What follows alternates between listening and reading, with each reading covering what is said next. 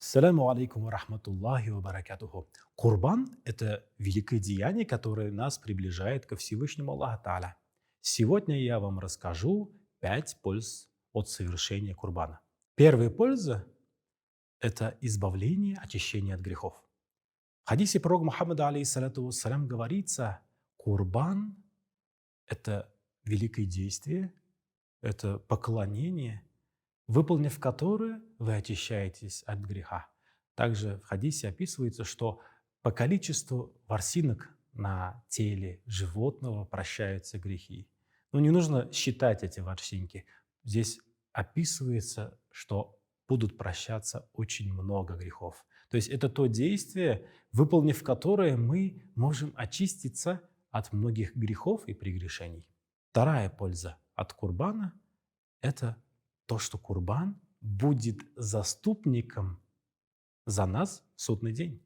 Курбан придет и скажет: этот человек искренне, ради довольства Всевышнего Аллаха Тааля, принес курбан, раздал нуждающимся, сделал это великое поклонение и сделал это искренне. О Аллах Тааля, прости его грехи, прими его добрые деяния.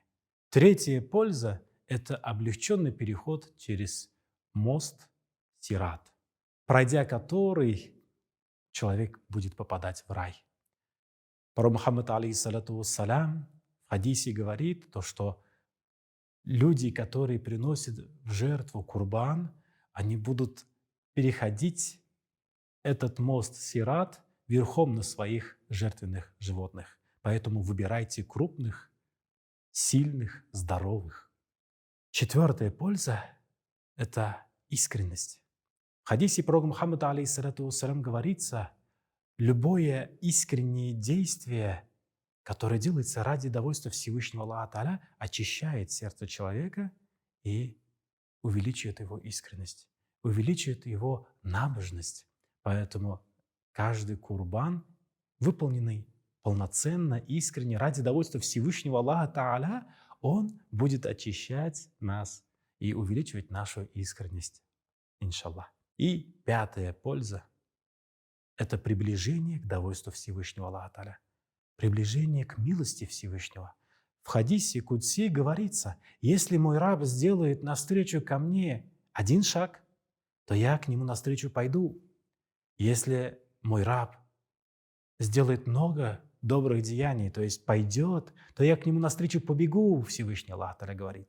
Поэтому каждое доброе деяние нас приближает к довольству, к милости Всевышнего Аллаха Тааля. Поэтому, дорогие друзья, давайте воспользуемся этой возможностью и сделаем наши курбаны полноценными, искренними ради Всевышнего Аллаха Тааля, ради довольства Его, и получим 5 этих польз. Саляму алейкум ва рахматуллахи ва баракатуху. Не упустите возможность.